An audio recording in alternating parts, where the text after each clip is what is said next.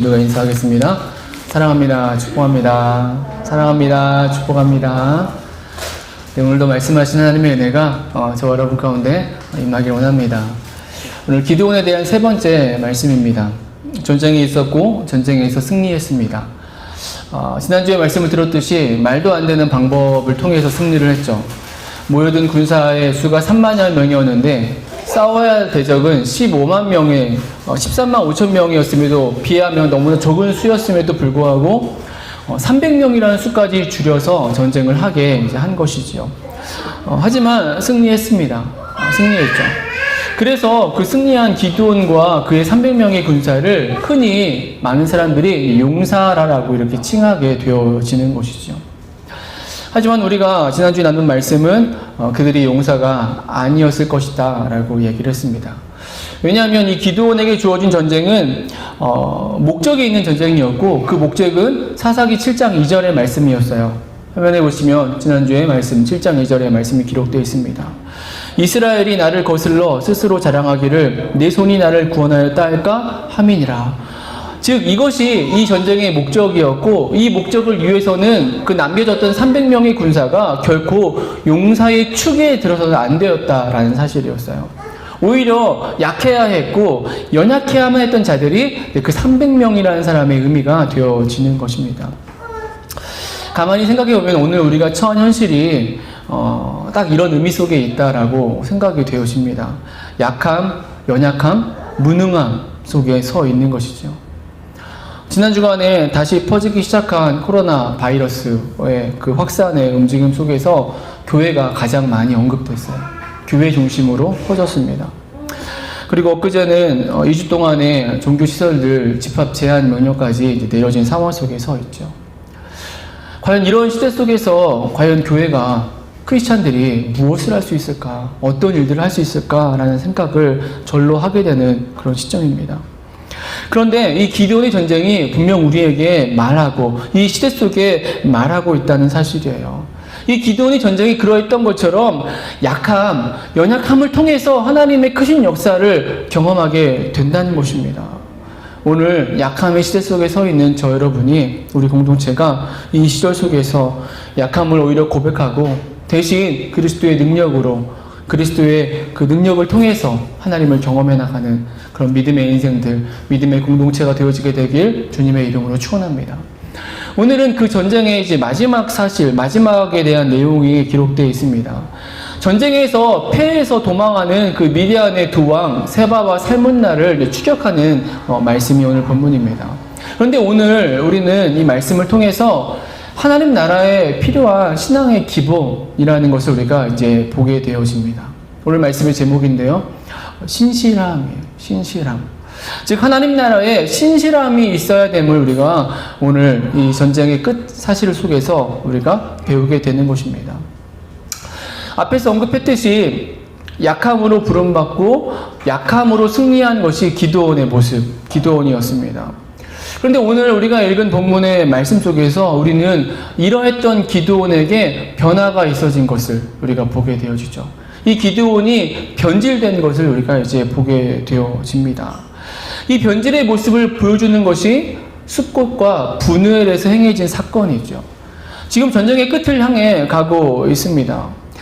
기드온과 300명의 군사는 적군을 물리쳤고 그리고 패배한 적군이 15,000명 정도가 지금 도망을 하는 상황이었어요. 그래서 기드온과 300명이 추격을 하고 있는데 숫꽃이라는 지역에 이르러서 그들이 너무 피곤하고 지쳐서 그 숫꽃 사람들에게 도움을 요청한 것입니다. 음식을 달라고 요청했어요. 그런데 숫꽃의 방백들이, 숫꽃의 사람들이 그 요청을 거절합니다. 5절 6절의 말씀인데요. 우리 같이 화면을 보고 같이 읽겠습니다.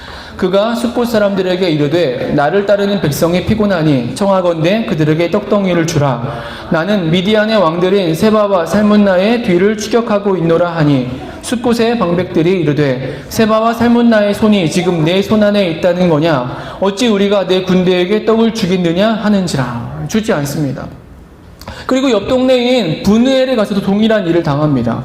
8절에도 이렇게 말씀하고 있어요. 거기서 브누엘로 올라가서 그들에게도 그같이 구한즉 브누엘 사람들의 대답도 숫꽃 사람들의 대답과 같은지라. 그래서 이 기드온이 그들을 저주합니다. 저주하고 전쟁을 마치고 돌아오는 길에 그들을 이제 징벌했다라는 거예요. 그 말씀이 7절 또 16절, 17절의 말씀입니다. 우리가 읽었던 말씀 속에 있습니다. 여러분, 이 본문의 내용이 참으로 아쉬운 상황, 참 아쉬움이 많은 상황이에요. 대표적으로 스콧과 이 브누엘 사람들이 기드온에 대해서 비우호적인 모습을 행한 것이 참 아쉬운 부분이에요. 추격하다 지친 피로해진 기드온에게 음식을 좀 주고 힘을 더해 주었다면 좋지 않았을까라고 생각을 하는 것이죠. 하나님의 일에 쓰임받는 자들을 향해서 이 스콧과 브누엘의 사람들이 도움을 주었더라면, 함께 했더라면 얼마나 좋았을까라는 생각을 하게 되는 것입니다. 여러분, 그런데 이 상황이 당시 정황을 보면은 우리가 이해하지 못할 그런 상황도 아니에요. 왜냐하면 이 스콧과 브누엘이 가진 위치 때문에 그래요. 그들이 있는 곳이 그러하기 때문입니다. 지도를 보시면은 작아서 힘이 잘 보이지 않네요. 이 그림을 보면 여기 화살표 표시된 부분이 스콧과 브누엘이라는 지역입니다. 요단강을 기준으로 동편의 땅, 즉 갓지파가 차지한 땅이 스콧과 브누엘이라는 지역이라는 사실이에요. 여러분, 이렇다는 것은 지금 이 스콧과 브누엘은 변방을 지키는, 변방에 서 있는 그런 지파들, 그 지역이 된다라는 것이죠. 그러니까 만약에 전쟁이 터져서 이방 민족이 쳐들어왔을 때에 가장 먼저 공격받는 땅, 그들이 이 스콧과 브누엘 지역이 되는 거예요. 혹이라도 이 본토에서, 요단 서편에서, 연합해서 도움을 주러 온다 할지라도 모아서 오기 전에 이미 공격받아서 멸망당할 수 있는 지역이 스콧과 브누엘이라는 지역이 의미가 된다라는 것이죠. 그리고 이 시대는 사사기 시대예요. 각 지파들이 각자 도생하는 시대예요. 그렇기 때문에 이 본토에 도움을 받는다는 것을 사실 기대하기도 쉽지 않은 상황이라는 것이죠. 그리고 더군다나 지금 도망하고 있는 세바와 살문나의 그 군사의 수는 15,000명이었어요. 그런데 쫓고 있는 기드온의 군사는 기드온과 300명이었다는 것입니다. 그러니까 승리했다라는 것도 사실 제대로 믿어지지 않고 과연 끝까지 승리할 수 있을 것이라는 것도 확신할 수 없는 것이 스콧과 브누엘 사람들의 상황, 정황이라는 것이죠. 즉 기드온을 돕는다는 것은 이 스콧과 브누엘 사람들에게는 일종의 모험이었다라는 거예요. 모험이었어요. 근데 저는 여기에 진정한 아쉬움이 있어요. 본문을 보면서 여기에 아쉬움이 있어요. 왜냐하면 이 모험 때문에 그래요. 사실 신앙은 모험이라는 것이거든요. 믿음은 모험이에요. 믿음이라는 것은 모험의 길을 가는 것입니다. 하나님 안에서의 모험인 것이죠.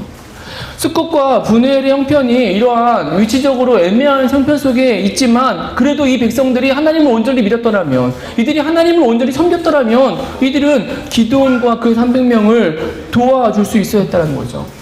이 백성들의 심령 안에 하나님을 향한 굳건한 믿음이 살아있었더라면 이들은 모험을 했어야만 했다라는 것입니다. 안정과 안전을 추구하는 선택, 기드온을 돕지 않아서, 그래서 혹시라도 다시 적들이 쳐들어왔을 때에 우리는 기드온을 돕지 않았습니다 라고 말해서 혹시라도 안전을 보장받을 수 있는 그러한 안전을 위한 선택, 이 선택이 아니라 믿음의 인생으로서 한몸된 이스라엘 공동체로서 하나님을 섬기면서 그 하나님이 행하신 일에 동참하는 그 믿음의 모습이 정말 아쉽다라는 것이죠. 모험을 해야 한다는 거예요. 여러분, 신앙은 모험입니다. 오늘 우리도 마찬가지예요. 오늘 이 시대에도 마찬가지입니다. 너무나 안전하게 우리는 신앙생활을 해왔고 또 하고 있어요. 많은 교회들이 다 그렇습니다. 그런데 여러분, 성경 안에서 신앙은 모험이고 도전이 되는 거예요. 우리 공동체가 말하고 있는 하나님 나라의 비전이 바로 그러한 모험의 의미를 가지고 있어요. 여러분, 하나님 나라의 비전은 모험이에요. 도전입니다.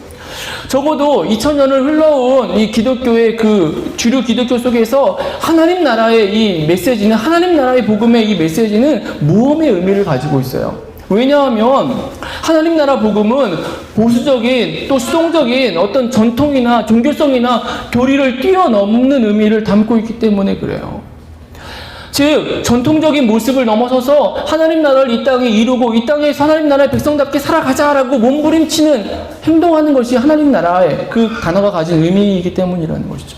그동안의 교회들과 달리 이 세상 속에서 함께 어우러져서 어떻게 하나님 나라를 세워갈 것인가, 이것을 추구하는 것이 하나님 나라 복음, 하나님 나라 비전이 가진 실제 의미가 되기 때문이죠. 모험이에요. 이 시대의 교회도 인정하지 않을 수 있는 그런 모험의 의미를 담고 있다는 것이죠. 저 여러분이 우리 공동체가 믿음 안에서 모험하는 은혜가 있어지게 되길 소망합니다. 우리가 하나님 안에서 하나님이 원하시는 바, 하나님 나라라는 비전을 붙들고서 하나님을 신뢰하기 때문에 그 삶을 능히 도전해 나가는 그런 믿음의 은혜가 있어지게 되길 간절히 소망합니다. 스콧과 분우엘의 모습, 아쉬움이 있어요. 이들이 왜 모험하지 않았을까? 근데 또 이렇게 제가 말씀드리고 있지만 또 한편으로 보면은 이들이 처한 상황을 보면은 또 이들이 처한 상황은 그럴 수밖에 없었겠다라고 이해하지 못할 바도 아니라라는 것이죠. 제가 주목하고자 하는 것은 오늘 본문 속에서 중요한 사실은 기드온이에요. 기드온의 모습입니다. 스콧과 분우엘은 아쉽지만 그럴 수 있겠다라고 생각을 한다면 기드온의 모습은 너무도 다른 모습을 보여주고 있어요. 오늘 본문의 기드온은 스콧과 분우엘 사람들을 무자비하게 징벌하고 있다는 사실이에요. 이방 민족이 아니에요. 갓지파입니다. 한 동족입니다. 그런데 그 지파 사람들을 무자비하게 죽이고 있어요.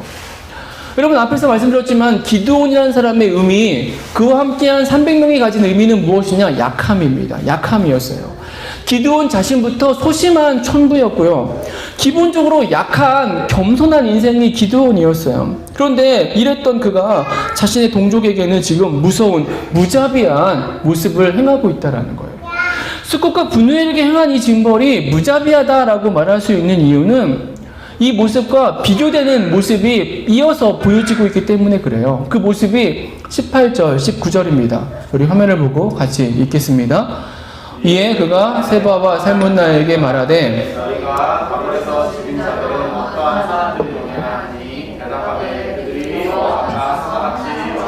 모습과 같더라 하니라. 그가 이르되 그들은 내 형제들이며 내 어머니의 아들들이니라. 여호와께서 살아계심을 두고 맹세하노니 너희가 만일 그들을 살렸더라면 나도 너희를 죽이지 아니하였으리라 하고. 기드온이 도망하던 세바와 살문나를 잡았습니다.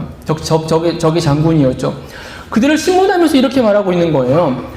그들이 이전에 다볼에서 죽였던 사람들을 언급하면서 너희가 만약 그들을 살렸더라면 내가 너희를 지금 죽이지 않을 텐데 라고 이렇게 말하는 것이죠. 이 대화가 세바와 살문나를 적장에 그들을 죽이려는 그들의 죄목, 죽이는 정당성을 언급하는 그런 대화라고도 이렇게 볼 수도 있어요. 그런데 지금 전쟁 중이고요. 전쟁의 끝입니다. 즉 이들을 죽이는 것은 너무나 당연한 일이었다라는 거예요. 그런데 기드온이 굳이 이런 대화를 하고 있는 것이죠. 너희가 그때 그들을 죽였었지. 만약에 그들을 네가 살렸더라면, 그 사람들을 살렸더라면 내가 너희를 지금 살려줄 수 있었을 텐데. 여러분 이 말 속에는 이 기드온에게서 풍겨지는 어떤 뉘앙스가 있어요. 그게 뭐냐면 여유가 생겼어요. 무언가 적장을 앞에 두고 또 추격해서 잡아가지고 죽여야 전쟁이 끝나는데 그들을 앞에 두고서 지금 그들에게 기드온의 어떤 여유나 교만함의 모습이 비춰지고 있다라는 것입니다. 이렇게 생각하지 않고 반대로 기드온이 이 적장을 죽이고자 하는 그 이유를 찾는 것이다라고 생각해도 마찬가지예요. 그냥 죽이면 되는 문제를 이 기드온이 대화를 통해서 너 그때 그 사람들을 죽였지? 내 형제들이었어 라고 하면서 나는 그들의 복수를 하는 거야 라고 말하고 있다는 거예요. 이것은 기드온이 자신의 복수를 하겠다라고 자신의 의가 지금 불불 끓어서 지금 얘기하고 있는 모습과 다를 바가 없다라는 것입니다. 이렇든 저렇든 이 세바와 살문나를 죽이는 과정에서 보여지고 있는 기드온의 모습은 기드온이 달라진 모습이에요. 무언가 높아져서 자만해져서 행하는 모습이 되고 있는 것입니다. 죽여야 하는 적장에게는 왕으로서 마치 인자한 듯 대하고 있고 자기가 정작 살펴야 되고 보호해야 되는 그 변방의 동족인 스콧과 분우에 얼마나 힘들겠어요. 변방에 있으니까. 근데 그들을 향해서는 왜 나를 돕지 않았느냐라고 하면서 그들에게 폭력을 행사하고 있는 무자비함을 행하고 있는 폭군의 모습이 이 기드온의 모습이 되고 있다는 거예요. 너무나 대비되고 있는 것입니다. 기드온이 변한 것이죠. 여러분 기드온의 이 변함의 절정을 볼 수 있는 것이 오늘 본문 이후의 말씀인데요. 전쟁이 끝난 후에 행해지고 있는 모습들이에요. 22절에 이렇게 말씀합니다. 같이 화면을 보고 있겠습니다.